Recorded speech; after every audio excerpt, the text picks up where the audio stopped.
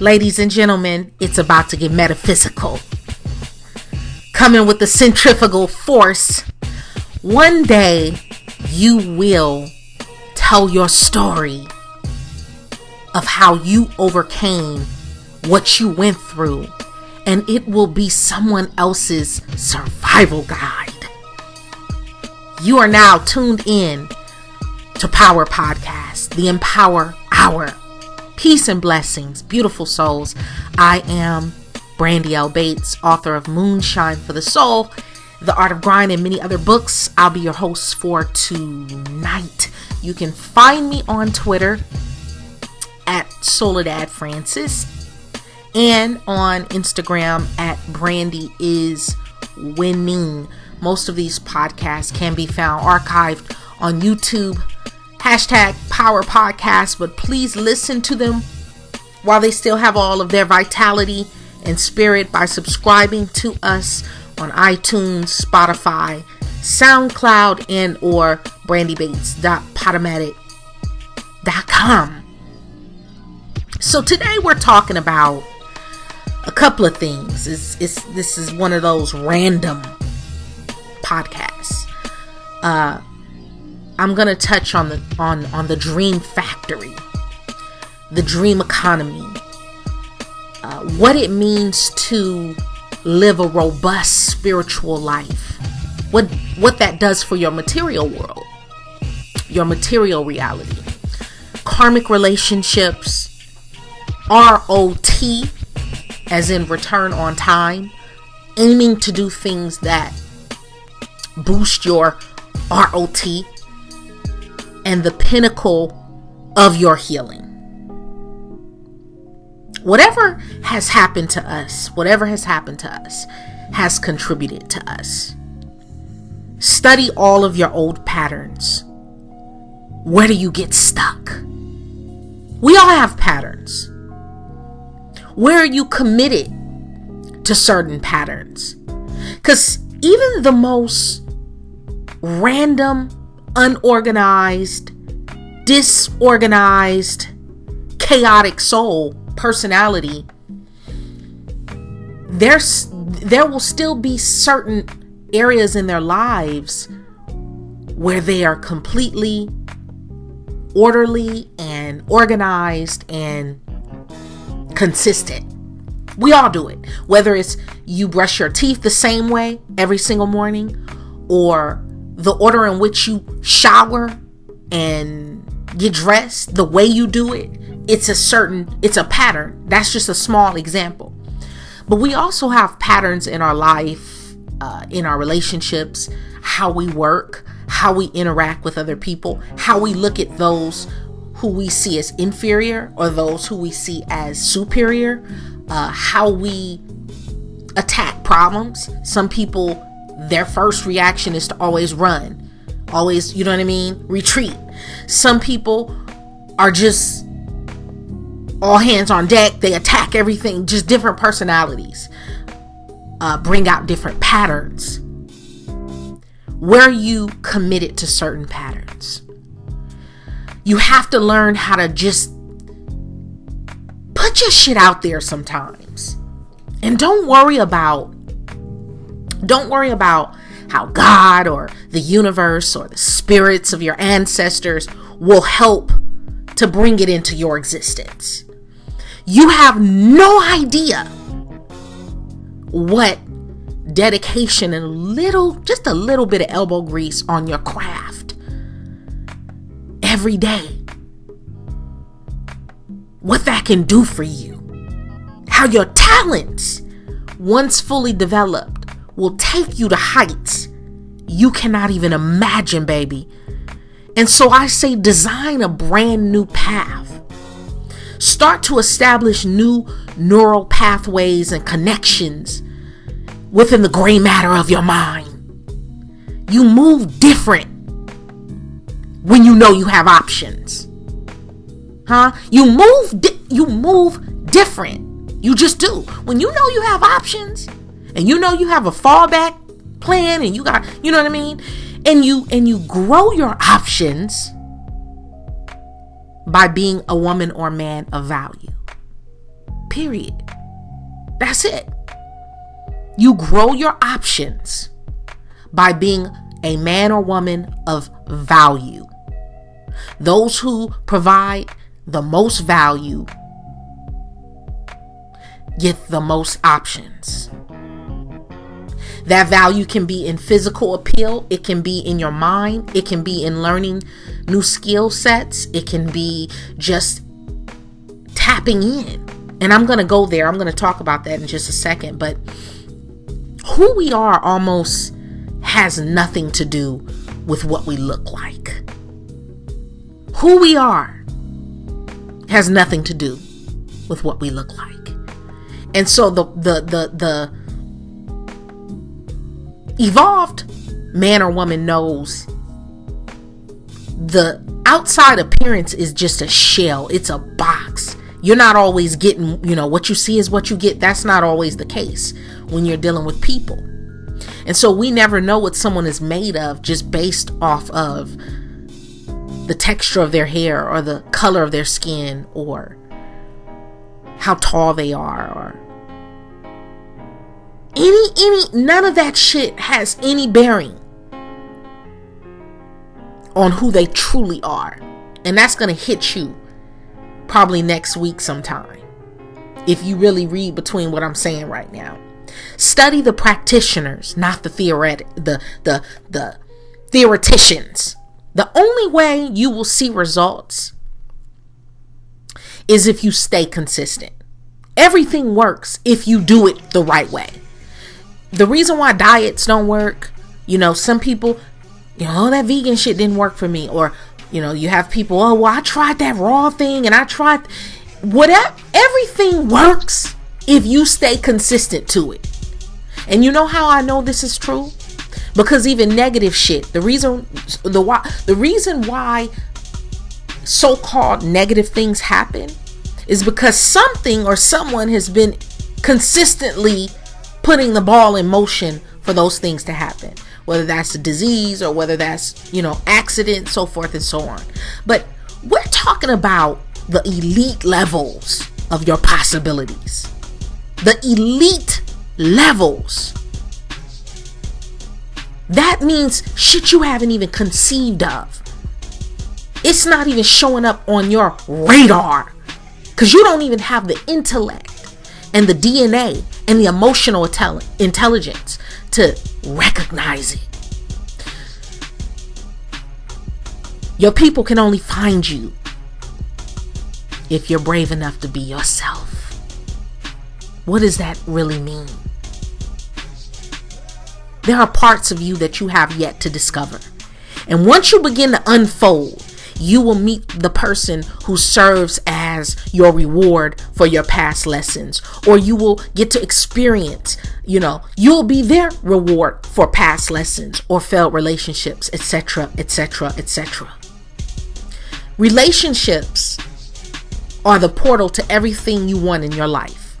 Everything you want is on the other side of a potential business partnership or nepotism, knowing the right people, being married to the right family, being plugged into the right networks, the right schools, the right corporations, being plugged into the right sorority or fraternity or Masonic lodge. Do you follow me?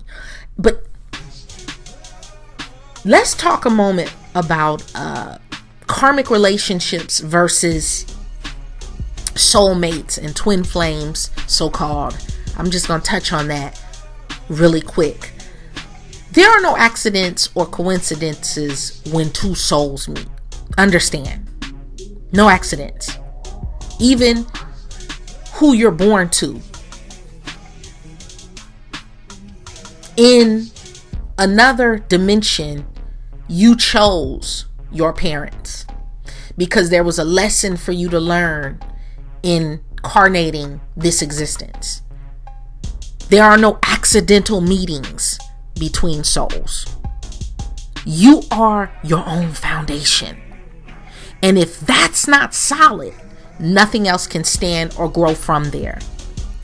But there are, without a doubt, people who we were simply just meant to meet, whether it's a coworker situation or via social media, people who, you know, you've met online and it blossom into something beautiful, but you can feel it with every cell of your body. And so a soulmate, in my humble opinion, is someone who is destined to be part of your life, someone who is destined to be a part of our life. The question is whether we remain with that person or they simply drift in and out like the tides of the ocean, here to teach us, to mirror us, to learn from us, and then to let us go, right? These are tough, charted courses to follow, because the soul has the utmost of our intended goodness. So without the care of our soul, we would just be out here swimming, lost, never pinging another in both love and life or business, or you have it, right? I believe soulmates come from all walks of this earth.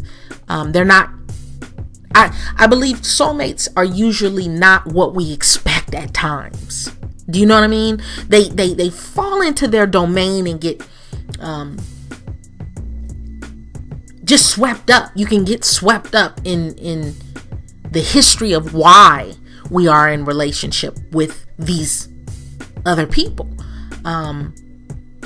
You can have different ones at different stages of your life, different epics or dispensations of your life.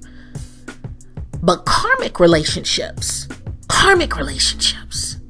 are different from twin flame and soulmate relationships altogether. In a spiritual context, I don't want to get, super mystical, but karmic relationships are viewed from the lens of personal growth. So here are some of the signs of a karmic relationship, right? They repeat patterns. If you're on and off in your relationship, that's a major sign it's a karmic one. If you seem to be experiencing the same kinds of relationship problems, that's another big red flag. Different people, same problems arise. In different relationships, different times, still the same issues. These relationships repeat the same patterns. That's why I said you gotta get in touch with your patterns. Your patterns, not someone else's. You have to fix your geometry and remain, they remain stagnant, because the only way you can grow from them is by letting go. They're selfish, karmic relationships. They don't respect healthy boundaries in their partners. They serve only their own self-interests and needs. They're the perfect template for forming abusive or codependent relationship complexes, right? And one person could be, very invested, right? Giving 110%. And the other person views it more as, a convenience, right?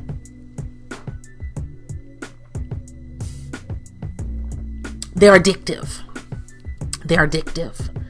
They're characterized by highs and lows of passionate intensity.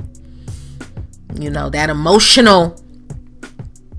emotional merry-go-round, right? One or both of the people are gonna be more in love with the idea of love based on some superficial shit, some shit they saw or read about, 50 Shades of Grey, and right? But it's based on superficial reasons. And sometimes it's because she has to have a certain complexion or a certain body shape or frame or other good looks, right? He has to be popular. He has to make you proud out in public. He has to be someone that is impressive on paper, right? His resume is exquisite, right? Or social or professional, all this bullshit that really has nothing to do with your relationship with another soul. But they're controlling, they're obsessive, and they're all about ownership of your partner. The other person becomes the center of your universe and the main source of your happiness. You understand it gets real dangerous when you make a whole nother motherfucker the source of your happiness. Do you realize what you're doing? All these degrees, all this education, and you put them on a pedestal and you're unable to see their flaws. It's like the Pygmalion effect, the Pygmalion syndrome. You can't put people on pedestals. No man is perfect. They feel destined. Karmic relationships. You think it's your soulmate because it feels like this is the one. You think that you cannot live without this person and feel like you both are, somehow meant to be together. You can't fathom why it keeps failing. You don't understand why this shit can't work. Why it just doesn't seem to. And you keep trying and bumping your head and hoping and bumping your head to get it right. And they are extremely hard to resist. You know what I'm talking about. Person calls you, it's the middle of the night, you got to get up in the morning, and they're like, well, can I come over? What do you do when you don't want to resist that temptation? I don't know who this is for, but they're hard to resist, and they keep drawing you in, and and what Pookie said, we keep calling me, just keep calling me until you learn what you need to from it. There is an instant connection. These relationships are marked by an immediate attraction. The person feels perfect to you. Feels like you've known them for years. When you meet somebody and you feel like you've already known this person, you feel like y'all just go way back. You just met this person.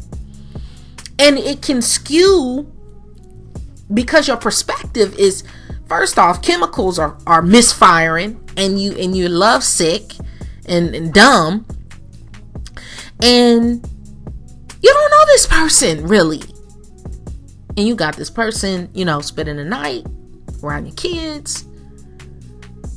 You taking off work, right? It feels like you've known them and you become instantly attached. They create dependency. You begin to feel consumed by the relationship, and it begins to occupy your thoughts all the time. It's all you can think about. Always on my mind, right? It's like always on your mind. You can't help handing them all the power. And we hand people our power. We hand jobs our power. We hand companies our power. We hand governments our power. But karmic relationships, you become mentally, physically, and emotionally dependent on this person. They bring out your worst fears. They bring to the surface all the things that you're deathly afraid of. Fear of abandonment, fear of commitment. I don't know who I'm talking to. Fear of rejection.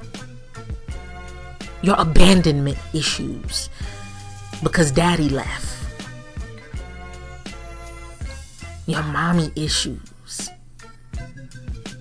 because your mom put everything before you. Everything and everyone in front of you. Fear of loss, fear of emotional engulfment. All the skeletons, all that shit in your closet. You gotta deal with it. Understand, manipulative people can't help but be manipulative. It's like a snake is gonna be a snake. You're the dumbass if you get angry because it's being a snake, right? Karmic relationships, they are irrational. They hold a mirror to your worst vulnerabilities and ugly insecurities. You start acting unlike yourself and doing things that you wouldn't normally do outside of your pattern, outside of your norm. In a negative way, though. They reveal your dark side, right? They show you your most undesirable and difficult characteristics that you were previously. It brings some shit up out of you that's already there, laying dormant. They pull it out of you. And it's usually the most primal, carnal, violent, animalistic shit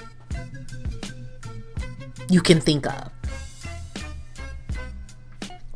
That's why we have shows like Snapped, and we have shows, like Fatal Attraction. Because people will kill because of love and revenge. But they're tumultuous. These relationships, karmic relationships, are incredibly, incredibly volatile, erratic, unpredictable. It's like an unstable ion. It's like a free radical, a powder keg. The best thing you can do for yourself is to identify any type of relationship like this in your life and learn to let it go for your own good. They push your buttons. Main purpose of these relationships is for you to learn how to properly love yourself and others. That's why it's karmic, because you're dealing with all of the shit that you got wrong your last go around and the go around before that. And to properly love yourself and others so that you stop trying to control your circumstances. Become the master of your own ego. Because understand, your ego is it runs the fucking show. Your ego runs the show, baby. You don't run nothing. Your ego is running this. And lastly, karmic relationships, they do not last. This person is not your forever. This is your boo thing for now. This is your babe for now. This is not your forever person. And how much ever you want to hope or wish, pray, believe, manifest in this fairy tale ending, these relationships are born out of conflict, and so they end in conflict. They're unhealthy.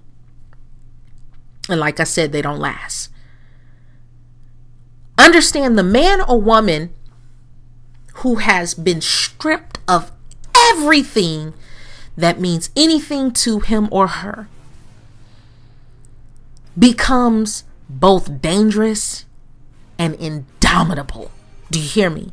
They have nothing to lose and thus everything to gain. And so destruction is prerequisite to rise Phoenix strong. Now rise Phoenix strong. Most people who attain like impressive levels of abundance aren't exactly always forthcoming about, how they did it, right? It's like the biggest secret is you never tell anybody all your shit. You save some secret sauce for yourself, right? We don't know what the formula or the recipe is for Coca-Cola, right? We don't know the exact dye they use for highlighters, right? These are billion-dollar family-owned companies. But is it luck? How do they come upon these ideas that just blast off into the ionosphere and just balling, right? Is it luck? Is it talent? Is it voodoo? Is it witchcraft? Is it sheer will? Hard work? The reality is, creating a rewarding life very rarely comes down to external effort. That's the secret. That's the gag. Get back to you.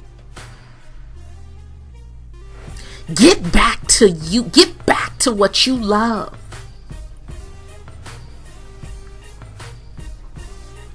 The world needs what you have lying dormant within you. The world is waiting for your book. We're waiting for your shit. The world is hungry for your screenplay, for your next album, for your business idea, for your patent, for your restaurant. Do you know we're waiting? We're waiting. The artists changed the world, folks. The poets move the needle of the world.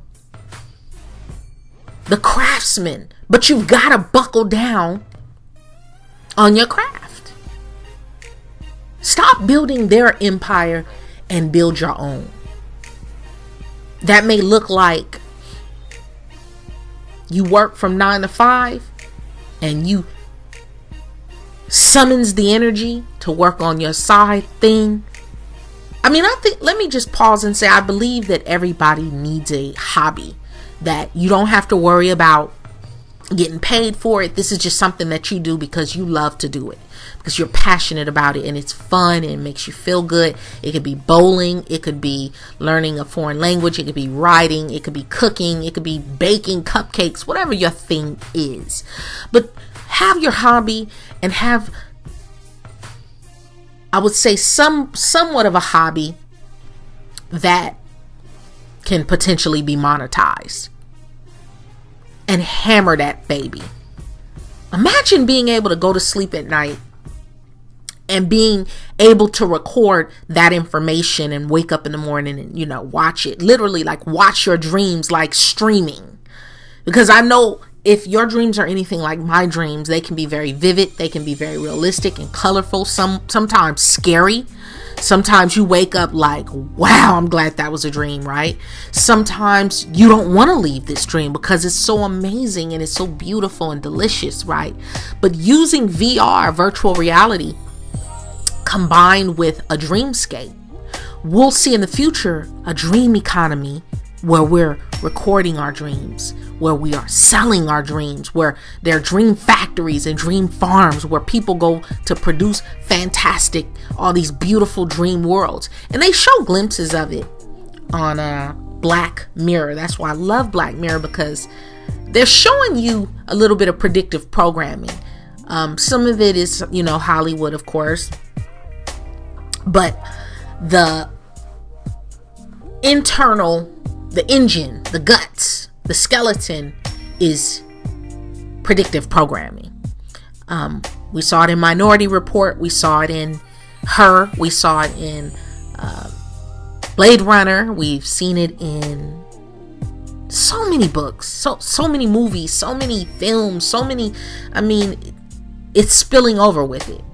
But the University of Kyoto has already, using deep neural networks, been able to output what people are seeing inside of their minds. Wow, right? Even if you stop looking at the image after you're focusing in on an image, focusing in on a film or whatnot, even after you stop looking at that image, if they ask you to remember that image, not only are they recording what you're seeing in real time, they're recording your memory of seeing the object. And using these technologies, we're just at the beginning of being able to access the dream world, is what I'm saying to you.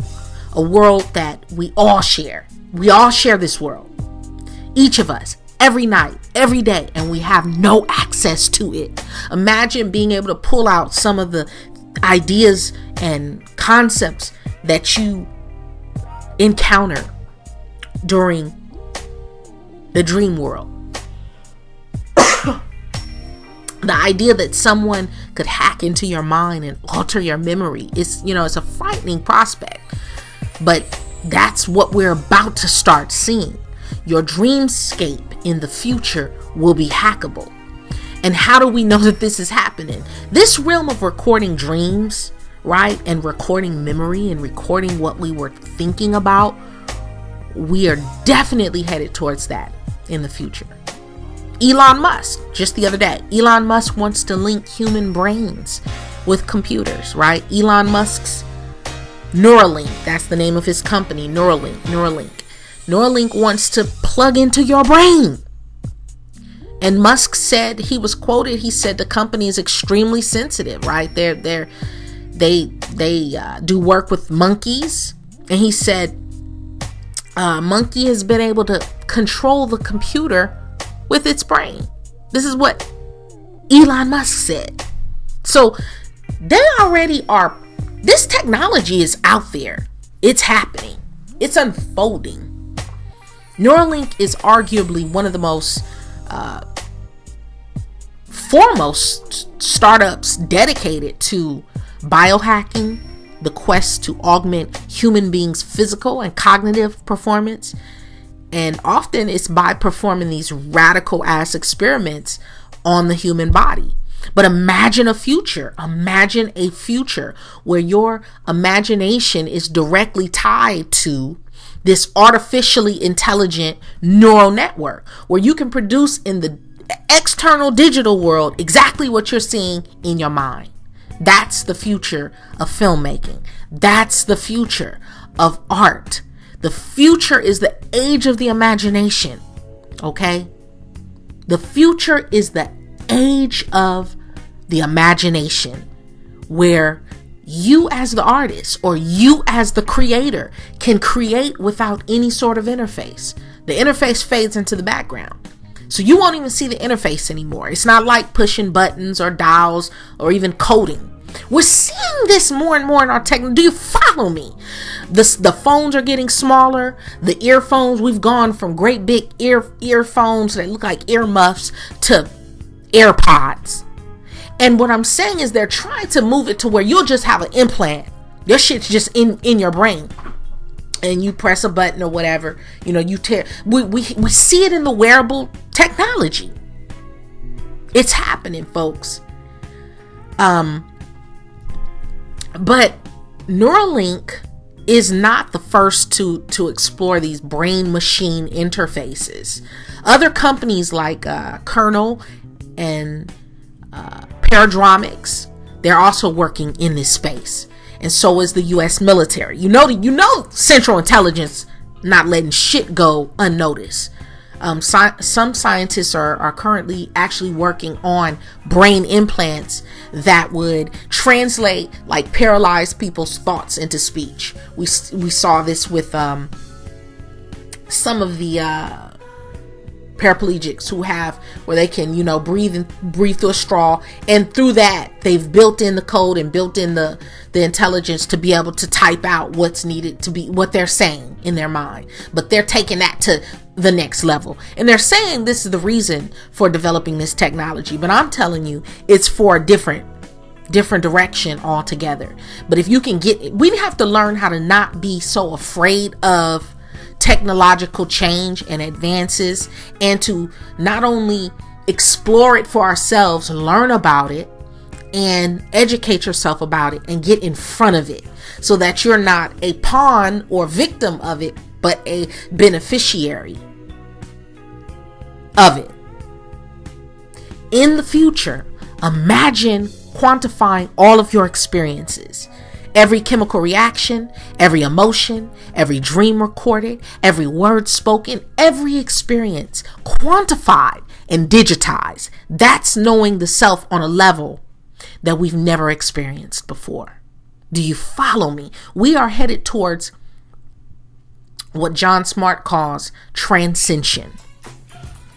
We experienced an ascension in 2012. And I talk about this in a couple of previous podcasts. Brought on the Mandela effect. You got people arguing about flat earth versus globe. This is these conversations are new age shit. This is new postmodern millennial thinking. This wasn't even a conversation 20 years ago. And I'm saying to you, the next 20 years are going to look so drastically, like frighteningly fucking different. Don't say no one warned you, right? We are headed towards moving inward, moving smaller, more compact, moving down into the self. And it gets back to what I was talking about earlier. Through self-quantification. You have your wearable technology, brain-computer interface. All of that exists to quantify the human body, to quantify our experience, to, as we become better and better at understanding the self, understanding our psychology, reading dreams, reading the minds of human beings. How will that change who and what we are and how we view ourselves in the cosmological algorithmic, like the grand algorithm experience that we're having in this simulated reality? And so you'll be able to use your artificial intelligence to read your emotions, to predict your behaviors, to predict your desires. That's where we're headed. Stay with me. Stay with me.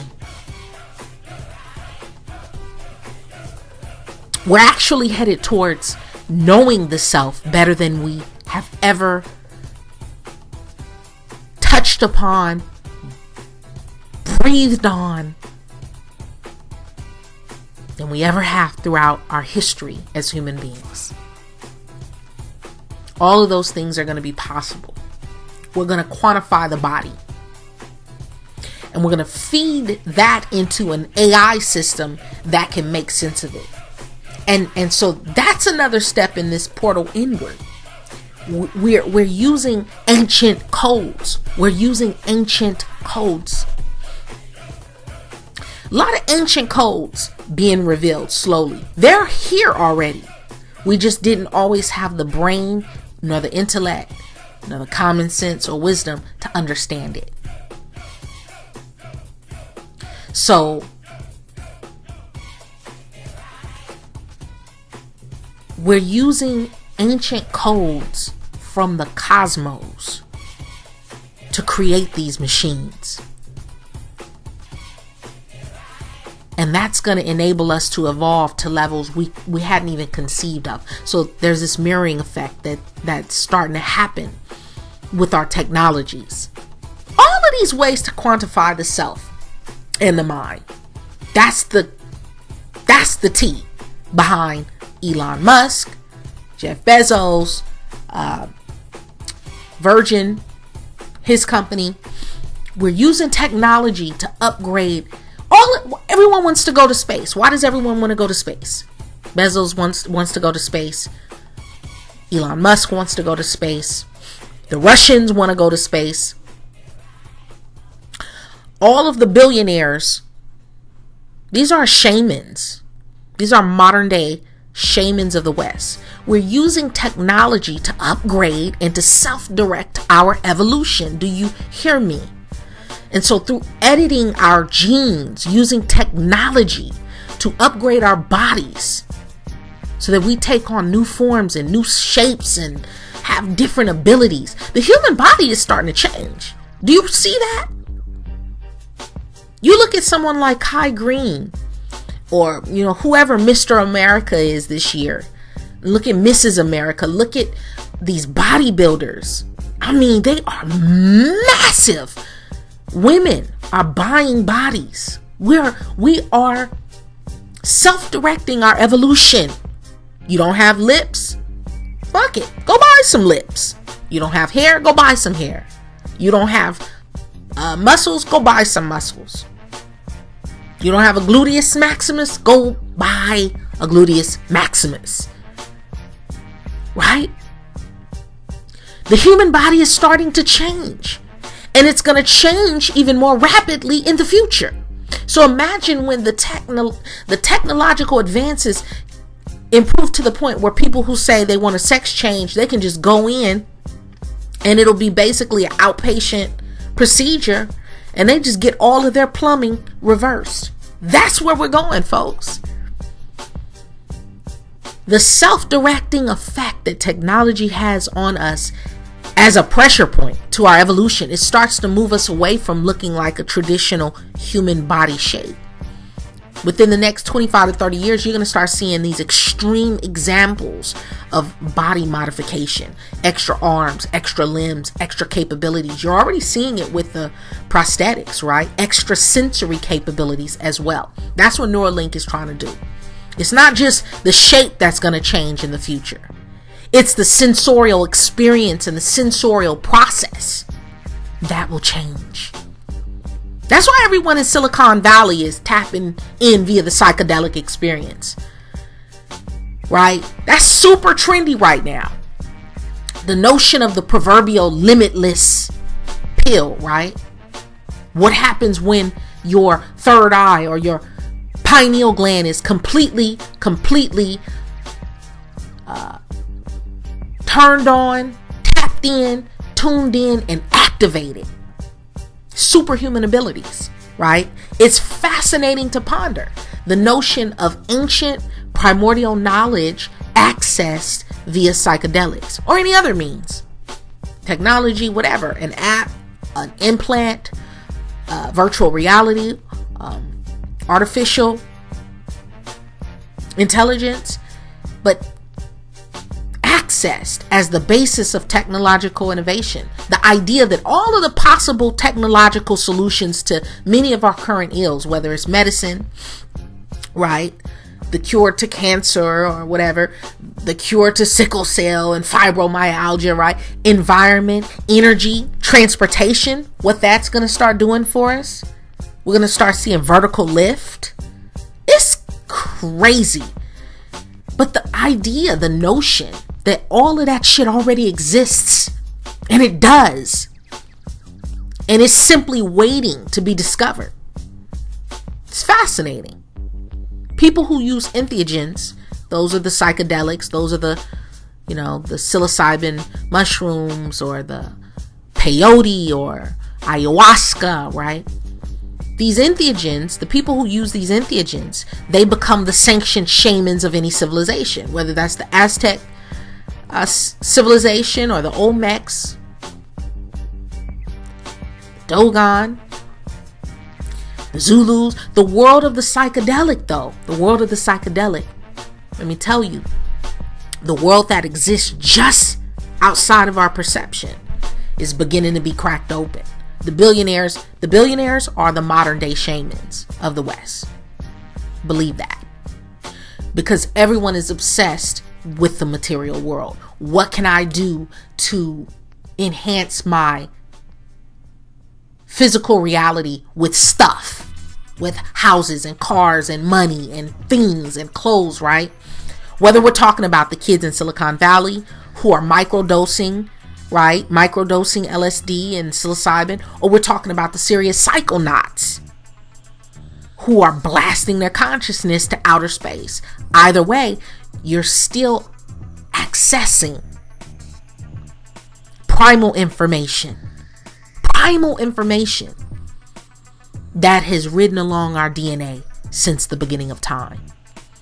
And there'll come a time that you begin to look so deep. You look so deep that you begin to look within. These things are what widen your awareness. Things that are here, but outside of our cultural awareness. They're here, you just don't see them. You begin to see that the future is within. The future is within and the future is now. Nature is a constant reminder of the codes. It's everywhere. The codes are everywhere. Ancient codes. Sacred geometry, the Fibonacci sequence, right? Pythagoras theorem, discrete math. This is ancient. These are ancient codes. They were already here. The structure of beehives. There is a geometric humming of consciousness just beneath, just under the surface of our perception. Reality is geometric. The psychedelic experience gives us a direct portal to that world. Now, I'm not trying to convince anybody to do anything. I'm just explaining how to create a repeatable experience that's not something you have to pray about or hope for or summons. No, this is some shit that's real. It can be repeated, and you can go right into it. But humans are always trying to sneak into heaven, right? Hook or crook. We're going to figure out how to tap in. The geometric world that exists just beneath our waking reality, that world, that dimension, that reality, it's a sub-reality that has no reference to the world that we actually understand. Not yet. But we're going to we're beginning to explore it. They've already told you with the D-Wave computer, they're going into this dimension and they're trying to pull shit out.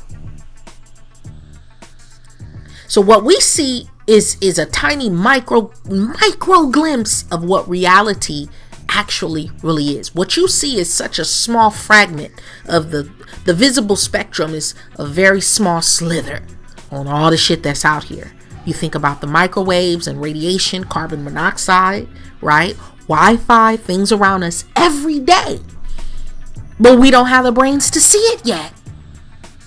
This is the world you have to learn to tap into. This is where the magic is. The ancestors called it the dream world, the spiritual realm, right? You have to learn to deal in the currency of the dream economy.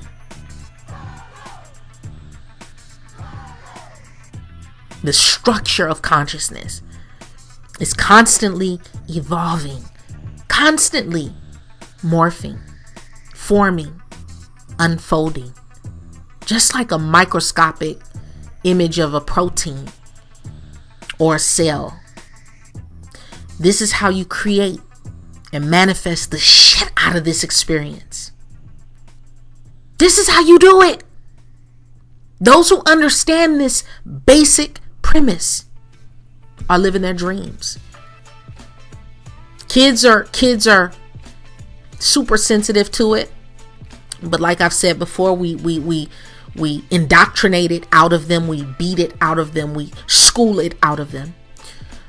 So-called really successful religious people, they've tapped into it. Super self-help guru, new age types, some of them are able to tap into it. But those who understand this constantly evolving structure of consciousness that you can shape and mold and almost beat it into submission to work for you, you'll start living your dreams. Remember, what's born of conflict tends to end in conflict.